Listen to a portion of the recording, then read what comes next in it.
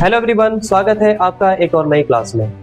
आज मैं आपको पढ़ाऊंगा कंजक्शंस। तो क्या होते हैं कंजक्शंस और इसके क्या क्या यूजेस हैं, कितने टाइप्स हैं, सब कुछ मैं आपको कंप्लीट बता दूंगा इसी वीडियो में। आप लोग इस वीडियो को बिना स्किप किए देखिएगा और ध्यान से देखिएगा हर एक पॉइंट को। तो चलिए बिना वक्त को जाया किए हम लोग इस क्लास को शुरू करते हैं।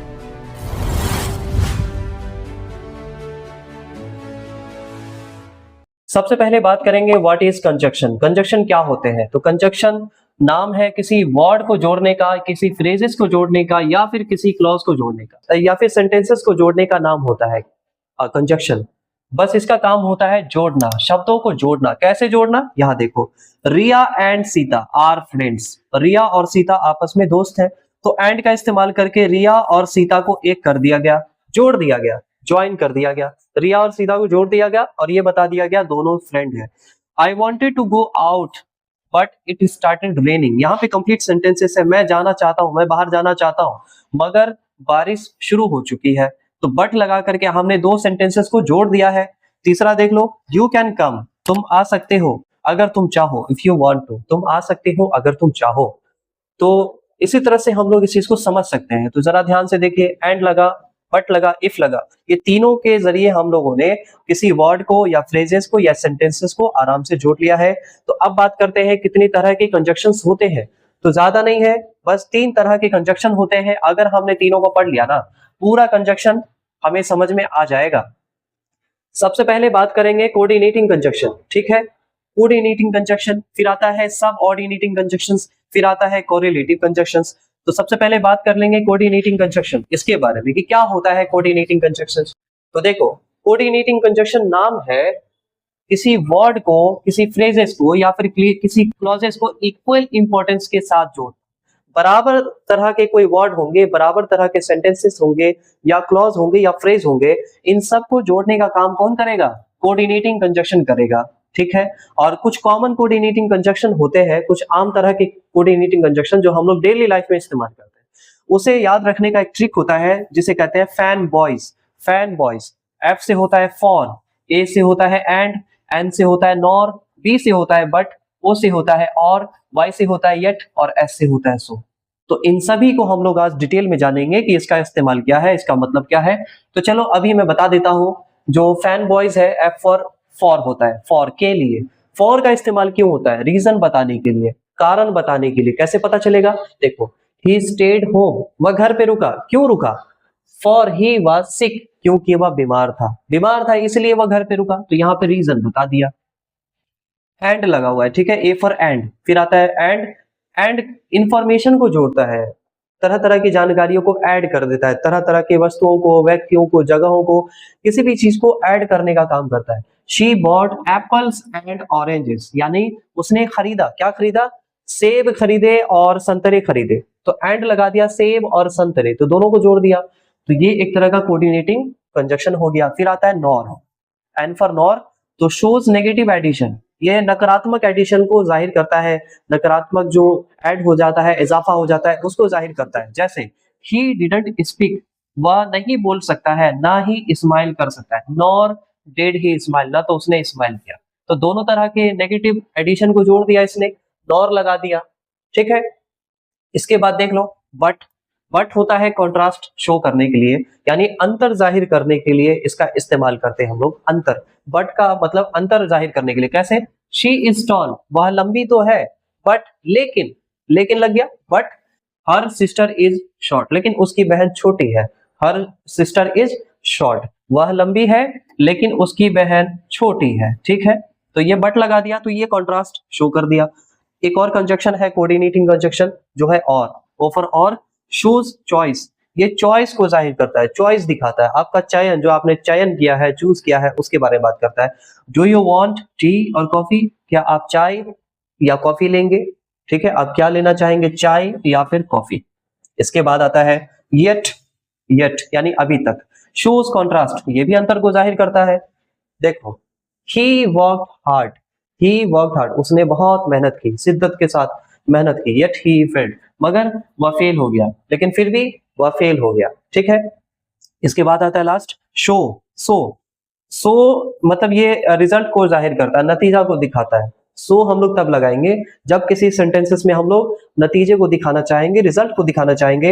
इट वाज रेनिंग, बरसात हो रही थी। सो वी स्टेड इनसाइड, इसलिए, सो इसलिए, है ना। सो वी स्टेड इनसाइड, तो हम लोग अंदर ही ठहर गए। बारिश हो रही थी, बरसात हो रही थी, तो हम लोग अंदर ही ठहर गए। इसके बाद आता है सब ऑर्डिनेटिंग कंजक्शंस। तो आपने अभी वन टाइप तो पढ़ लिया, अब सेकंड टाइप की तरफ हम लोग बात करेंगे। तो ये होता है सब ऑर्डिनेटिंग कंजक्शन। अब देखो बाबू, इसमें लिखा है they join a dependent clause to an independent clause. ये जोड़ता है डिपेंडेंट क्लॉज को इंडिपेंडेंट क्लॉज से। अब क्या होता है डिपेंडेंट क्लॉज और इंडिपेंडेंट क्लॉज, अच्छे से जान लेते हैं, ज्यादा टेंशन लेने की जरूरत नहीं है। पहले ये समझ लो कि कुछ कॉमन सब ऑर्डिनेटिंग कंजक्शन होते हैं, उसको एक बार पढ़ लेते हैं। इसी के आधार पे हम लोग अच्छे से सबको याद करते चले जाएंगे। एक होता है आफ्टर, फिर आता है ऑल्दो, फिर आता है बिकॉज, फिर before, if, since, unless, until, when, while. इसको अच्छे से याद कर लीजिएगा। तो चलिए अब आगे बढ़ते हैं। पहले मैं बता देता हूं डिपेंडेंट क्लॉज और इंडिपेंडेंट क्लॉज क्या होता है। देखो, आई स्टेड होम, मैं घर पे ठहर गया, ये एक अपने आप में ही कंप्लीट सेंटेंस है। जो सेंटेंसेस को मीनिंग पूरा करने के लिए किसी और कंजक्शन की जरूरत ना पड़े, उसे कहते हैं इंडिपेंडेंट क्लॉज। और एक होता है dependent, because it was raining, क्योंकि बारिश हो रही थी। अब इसको रीजन देना पड़ेगा ना, इसको मीनिंग पूरा करने के लिए एक और सेंटेंस चाहिए, एक कोई और बात चाहिए जो इसका मीनिंग पूरा कर सके। ये होता है इंडिपेंडेंट क्लॉज।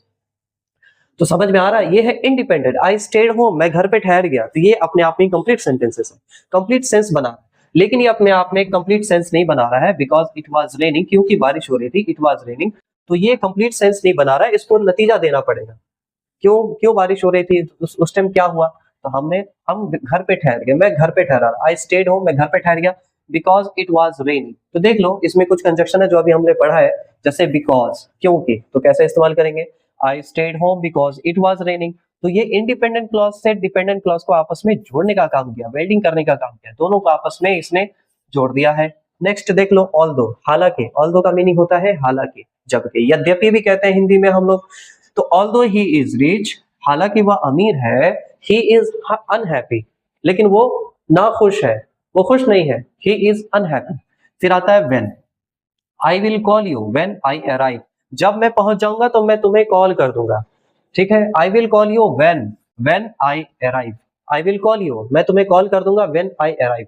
तो ये इंडिपेंडेंट क्लॉज हो गया, ये अपने आप में कंप्लीट सेंटेंस है। आई विल कॉल यू, मैं तुम्हें कॉल करूंगा, कंप्लीट सेंटेंसेस है। लेकिन ये व्हेन आई अराइव, जब मैं पहुंचा, तो ये इंडिपेंडेंट क्लॉज है, क्योंकि इसका मीनिंग कंप्लीट नहीं है। इसका मीनिंग कंप्लीट करने के लिए किसी और सेंटेंस की हमें नीड है, जरूरत है, तब जाके ये कंप्लीट मीनिंग पूरा करेगा। तो व्हेन आई अराइव, तो व्हेन लग गया, तो व्हेन आई अराइव, ये हो जाएगा सब ऑर्डिनेटिंग कंजक्शन। एक और है if, you can go out if you finish your homework, अगर तुम अपना होमवर्क पूरा कर लो तो तुम बाहर जा सकते हो, यू कैन गो आउट। इसमें भी वही हुआ, इफ लग दिया, यू कैन गो आउट, तुम बाहर जा सकते हो, तो ये तो कंप्लीट मीनिंग हो गया। If you finish your homework, अगर तुम अपना होमवर्क पूरा कर लो, कंप्लीट कर लो, खत्म कर लो, तो मतलब ये डिपेंडेंट क्लॉज होगी, ये डिपेंड है इसके ऊपर, ये इसके ऊपर मुनासिर होता है। ठीक है, अब आता है अनटिल, जब तक, wait here until I come back, यहाँ इंतजार करो जब तक मैं वापस नहीं आ जाता, यहाँ इंतजार करो, यहाँ प्रतीक्षा करो जब तक मैं वापस नहीं आ जाता। तो अनटिल लगा दी हम लोग। तो ये सारे ही सारे सब ऑर्डिनेटिंग कंजक्शन होते हैं। तो आई होप आपको यहाँ तक क्लियर हो गया होगा, समझ में आ गया होगा। तो चलो नेक्स्ट आगे बढ़ते हैं बाबू। अब बात करते हैं कोरिलेटिव कंजक्शन। ये बहुत आसान है, आपको देखते ही समझ में आ जाएगा कि ये कौन सा कंजक्शन है। तो कोरिलेटिव कंजक्शन हमेशा पेयर्स में होते हैं बाबू, जोड़े में होते हैं, जोड़े में। ठीक है, ये हमेशा जोड़े में होते हैं। Pairs of conjunctions used together हमेशा साथ में इस्तेमाल होते हैं। कौन कौन से हैं, एदर और होता है, neither nor, both and, not only but also, whether or. तो इसको कैसे हम लोग इस्तेमाल करेंगे अब देख लेते हैं। नेक्स्ट अब आ गया है एदर और, यू कैन एदर स्टे और गो, तुम या तो रुक सकते हो या जा सकते हो, दोनों कर सकते हो। एदर लगा देंगे, फिर बात कर लेंगे स्टे और गो, यहाँ पे दोनों इस्तेमाल हो गया। तो ये हो गया कोरिलेटिव कंजक्शन। एक और होता है नेदर नॉर, नेदर के साथ नॉर का इस्तेमाल होता है। Neither John nor Mary was present, ना तो जॉन हाजिर था ना तो मैरी, दोनों में से कोई हाजिर नहीं था, सब एब्सेंट थे। नेदर लगा करके दोनों के बारे में बता दिया, नॉर लगाकर दोनों मीनिंग लगाकर हमने बता दिया कि दोनों में से कोई भी हाजिर नहीं था, प्रेजेंट नहीं था। अब बात करते हैं बोथ एंड। बोथ और एंड मतलब दोनों, तीनों तरह की जो चीजें होती है उसके बारे में बताना होता है। दोनों, दोनों, बोथ का मीनिंग होता है दोनों। She is both smart and kind, वह स्मार्ट और दयालु दोनों है ना, वह तेज तेज और दयालु दोनों है। फिर बात करते हैं नॉट ओनली बट ऑल्सो, इतना ही नहीं लेकिन ये भी, यानी he is not only a singer, वह सिर्फ एक गायक ही नहीं है, बट ऑल्सो अ डांसर, लेकिन वह एक डांसर भी है। तो यहाँ देखिए, यहाँ पे कोरिलेटिव कंजक्शन कैसे इस्तेमाल किए, हमने दो तरह की चीजों को आपस में जोड़ने का काम किया। He is not only a singer, वह सिर्फ एक गायक ही नहीं है, बट ऑल्सो अ डांसर, लेकिन वह एक डांसर भी है। इसके बाद whether or I don't know whether to laugh or cry, मैं नहीं जानता कि हंसू या रो, इसका मीनिंग बनता है मैं नहीं जानता कि हंसू या रो, तो वेदर और इस्तेमाल इस तरह से हम लोग कर सकते हैं। चलिए नेक्स्ट आता है, आप देखो कुछ रूल्स होते हैं, कुछ नियम कानून होते हैं कि हम लोग कंजक्शन को कैसे इसका इस्तेमाल कर सकते हैं। तो देखिए पहला जो नियम है, हमें हमेशा कॉमा इस्तेमाल करना चाहिए। इससे पहले कोई कोऑर्डिनेटिंग कंजक्शन होता है जब कोई दो कंप्लीट सेंटेंसेस आपस में जुड़ते हैं। सेंटेंस अगर जुड़ेगा तो हमें कॉमा लगाना पड़ेगा। जैसे कंप्लीट सेंटेंस है, she wanted to go out, वह बाहर जाना चाहती थी, she wanted to go out but it was raining, but लगा दिए, कॉमा लगा के हम लोग कंजक्शन लगाए हैं, बट इट वाज रेनिंग। तो ये पहला नियम, जब कोई दो कंप्लीट सेंटेंसेस को जोड़ना होता है तो कंजक्शन से पहले, कोऑर्डिनेटिंग कंजक्शन से पहले कॉमा लगाना पड़ेगा। ये आपको ये पहला नियम याद रखिएगा। दूसरा नियम है do not use a comma when joining two short phrases, छोटे छोटे फ्रेजेस को जोड़ने से पहले कॉमा का इस्तेमाल नहीं करना है। छोटे छोटे फ्रेजेस क्या होता है, जिसका कोई कंप्लीट सेंस ना होता है, अधूरे सेंटेंसेस को ही फ्रेजेस कहा जाता है, जिसका कोई कंप्लीट मीनिंग नहीं बने। ठीक है, तो देखो I like coffee and T, तो यहाँ पे कॉमा लगाने की कोई जरूरत नहीं है, छोटे छोटे फ्रेजेस है तो एंड लगा दिया और लगा दिया, बात खत्म हो जाएगी। इसके बाद आता है use only one conjunction to join two clauses unnecessary unless necessary, कोई एक ही कंजक्शन आपको इस्तेमाल करना है जब तक जरूरी ना हो किसी क्लॉज को जोड़ने के लिए। दो क्लॉज को जोड़ने के लिए सिर्फ एक कंजक्शन आपको जोड़ना देना पड़ेगा, इस्तेमाल करना पड़ेगा। जैसे देख लो, पहला सेंटेंसेस में हमने क्या किया, because he was late so he missed the train, क्योंकि वह लेट था इसलिए वह उसने बस मिस कर दी, इसलिए उसका बस छूट गया। तो दो कंजक्शन हमेशा नहीं लगेगा जब तक जरूरी ना हो, यहाँ पे एक ही से काम चल जाएगा। देखो कैसे लिखेंगे, बिकॉज ही वॉज लेट, क्योंकि वह लेट था, देर हो गया उसे, ही मिस्ड द बस, तो उसने बस को मिस कर दिया। तो ये इसी तरह से आपको इसका प्रयोग करना है। मुझे उम्मीद है आपको यहाँ तक क्लियर हो गया होगा। चलो आप थोड़ा प्रैक्टिस कर लेते हैं, इतना तो पढ़ लिए, पढ़ने के बाद थोड़ा प्रैक्टिस हो जाए तो प्रैक्टिस के बाद आप आराम से किसी भी कंजक्शन को पहचान लोगे और डेली लाइफ में आप इसका इस्तेमाल भी करोगे। तो ये भी बहुत इंपॉर्टेंट है बाबू, इसको बिल्कुल भी स्किप नहीं करोगे। तो देखो पहले आइडेंटिफाई कर लेते हैं कि कौन सा कंजक्शन किस टाइप का है, किस टाइप में आता है। तो देखो, I wanted to play football but it started to rain, ये हो गया कोऑर्डिनेटिंग कंजक्शन, जो कि किसी इक्वल इंपॉर्टेंस वाले सेंटेंसेस को या फ्रेजेस को या वर्ड को जोड़ने का काम करता है। तो ये कोऑर्डिनेटिंग कंजक्शन हो गया। इसके बाद आता है she is poor but honest, ये भी कोऑर्डिनेटिंग कंजक्शन में आता है। I will call you when I reached home, तो ये इंडिपेंडेंट क्लॉज को डिपेंडेंट क्लॉज से जोड़ने का काम किया, तो ये सब ऑर्डिनेटिंग कंजक्शन हो गया। इसके बाद आता है he didn't eat because he wasn't hungry, उसने कुछ नहीं खाया, उसने नहीं खाया क्योंकि वह भूखा नहीं था। तो बिकॉज ये भी जो है सब ऑर्डिनेटिंग कंजक्शन में आ गया। You can have either chocolate और आइसक्रीम, यहाँ पे एदर लग गया और इसके बाद और लग गया। तो एदर और क्या होता है, कोरिलेटिव कंजक्शन, जो कि जोड़े में होते हैं, हमेशा पेयर्स में होते हैं। The pairs of conjunctions are called correlative conjunction. इसके बाद एक और एग्जांपल ले लो, एक और प्रैक्टिस कर लेते हैं। आपको सुइटेबल कंजक्शन आपको इस्तेमाल करना है, तो थोड़ा थोड़ा अपने जहन से देख लो कैसे क्या लगेगा, जरा मुझे बताओ इसमें क्या लगना चाहिए। आई वॉज टायर्ड, मैं थका हुआ था, तो क्या होगा, so I went to bed early, तो इसलिए मैं बेड पे जल्दी चला गया, बिस्तर पे जल्दी चला गया। इसके बाद है शी वॉज सिक, वह बीमार थी, शी वेंट टू स्कूल, वह स्कूल चली गई। तो यहाँ पे क्या होगा, ऑल्दो लगा सकते हैं आप, ऑल्दो शी वॉज सिक, हालांकि वह बीमार थी, शी वेंट टू स्कूल, वह स्कूल चली गई। तो एक बात हमेशा याद रखिएगा, एक ही कंजक्शन आपको अक्सर इस्तेमाल करना है, दो चार कंजक्शन आपको यूज नहीं करना। You will fail unless you work hard, तुम फेल हो जाओगे जब तक तुम मेहनत ना करो, यानी मेहनत अगर नहीं करोगे तो तुम फेल हो जाओगे। इसके बाद देख लो इसमें क्या कर सकते हैं आप, इसमें नेदर लगा सकते हो, neither John nor Peter came to the party, ना तो जॉन पार्टी में आया ना पीटर पार्टी में आए, दोनों में से कोई भी पार्टी में नहीं आए। इसके बाद ही डिडंट कम, वह नहीं आया, तो यहां बिकॉज लगा सकते हो, बिकॉज सब ऑर्डिनेटिंग कंजक्शन आप इसका इस्तेमाल कर सकते हैं। अगला प्रैक्टिस देख लो एक और, join the sentences using conjunction. अब इसको सेंटेंसेस को ज्वाइन करना है।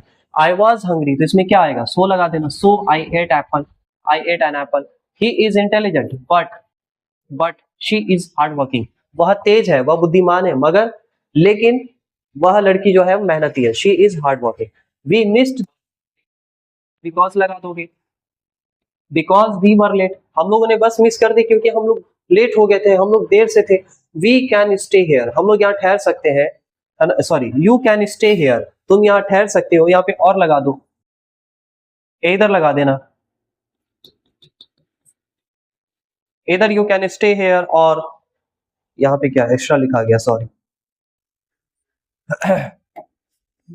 और यू कैन गो होम, तुम यहाँ ठहर भी सकती हो या तुम घर जा सकते हो।